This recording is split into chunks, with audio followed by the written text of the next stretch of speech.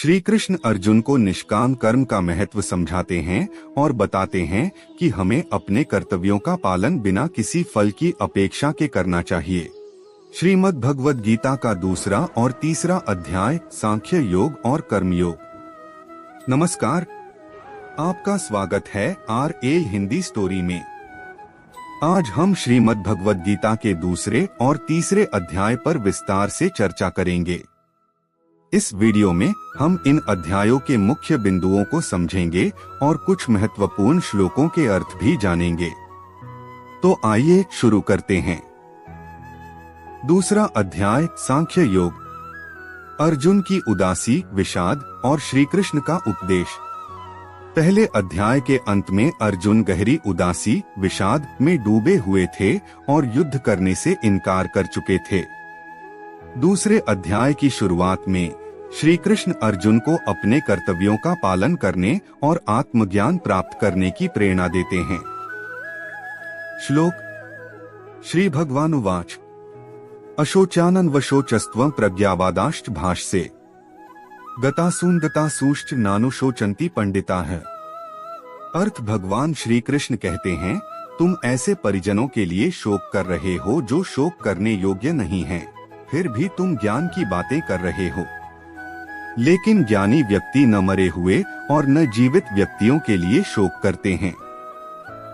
श्री कृष्ण यहाँ अर्जुन को यह समझाते हैं कि जो लोग आत्मज्ञान प्राप्त कर चुके हैं वे जन्म और मृत्यु के चक्र को समझते हैं और इन घटनाओं के लिए शोक नहीं करते।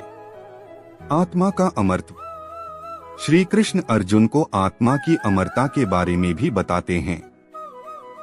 वे कहते हैं कि आत्मा अजरमर है और उसे न कोई मार सकता है और न ही कोई नष्ट कर सकता है। यह ज्ञान अर्जुन के संदेहों को दूर करता है और उन्हें युद्ध के लिए प्रेरित करता है। श्लोक। न जायते म्रियते वा कदाचित नाय भूत्वा भविता वा न भूयः अजो नित्यः शाश्वतोऽयं पुराणो न हन्यते हन्यमाने शरीरे। अर्थ आत्मा न तो जन्म लेती है और न ही कभी मरती है। न यह उत्पन्न होकर फिर से होती है, न यह भविष्य में होगी। यह अजन्मा, नित्य, शाश्वत और पुरातन है। जब शरीर का नाश होता है तब भी यह नष्ट नहीं होती। निष्काम कर्म और कर्तव्य। श्री कृष्ण अर्जुन को निष्काम कर्म का महत्व समझाते हैं और बताते हैं कि हमें अपने कर्तव्यों का पालन बिना किसी फल की अपेक्षा के करना चाहिए। श्लोक। कर्मण्येवाधिकारस्ते मा फलेषु कदाचन मां कर्मफल हेतुर्भूर्मा ते संगोस्त्व कर्मणि। अर्थ तुम्हारा अधिकार केवल कर्म करने में है, कभी भी उसके फलों में नहीं। इसलिए तुम कर्मफल की अपेक्षा मत करो और न ही अकर्मण्यता में आसक्त हो। आत्म साक्षात्कार। श्री कृष्ण अर्जुन को आत्म साक्षात्कार के मार्ग पर भी ले जाते हैं और बताते हैं कि सच्चा ज्ञान और कर्म का समन्वय ही आत्म साक्षात्कार का मार्ग है। श्लोक। बुद्धियुक्तो जहातीह उभे सुकृत दुष्कृते तस्माद्योगा युज्यस्व योगः कर्मसु कौशलम। अर्थ जो व्यक्ति बुद्धि से युक्त होता है वह इस संसार में दोनों प्रकार के कर्मों, अच्छे और बुरे, को त्याग देता है। इसलिए तुम योग में स्थित होकर कर्म करो, क्योंकि योग ही कर्मों में कुशलता है। उदाहरण 1। निष्काम कर्म का महत्व। एक किसान को अपने खेत में फसल उगाने का कार्य करना चाहिए, लेकिन उसे यह सोचना नहीं चाहिए कि फसल अच्छी होगी या नहीं। उसे केवल अपने कर्तव्य का पालन करना है और फसल की देखभाल करनी है। इसी प्रकार हमें अपने कार्यों का पालन बिना फल की चिंता के करना चाहिए। उदाहरण 2। आत्मा का अमरत्व। जैसे एक व्यक्ति पुराने कपड़े त्याग कर नए कपड़े पहनता है, वैसे ही आत्मा पुराने शरीर को त्याग कर नए शरीर को धारण करती है। यह शरीर नाशवान है, लेकिन आत्मा अमर और शाश्वत है। निष्कर्ष। सांख्य योग में श्री कृष्ण ने अर्जुन को कर्मयोग, आत्मज्ञान और आत्मा के अमरत्व के बारे में उपदेश दिए। यह अध्याय अर्जुन के संदेहों को दूर करता है और उन्हें अपने कर्तव्यों का पालन करने के लिए प्रेरित करता है। इस प्रकार श्री कृष्ण अर्जुन को एक सच्चे योद्धा और एक सच्चे कर्मयोगी के रूप में प्रस्तुत करते हैं। तीसरा अध्याय कर्म योग, कर्म का महत्व।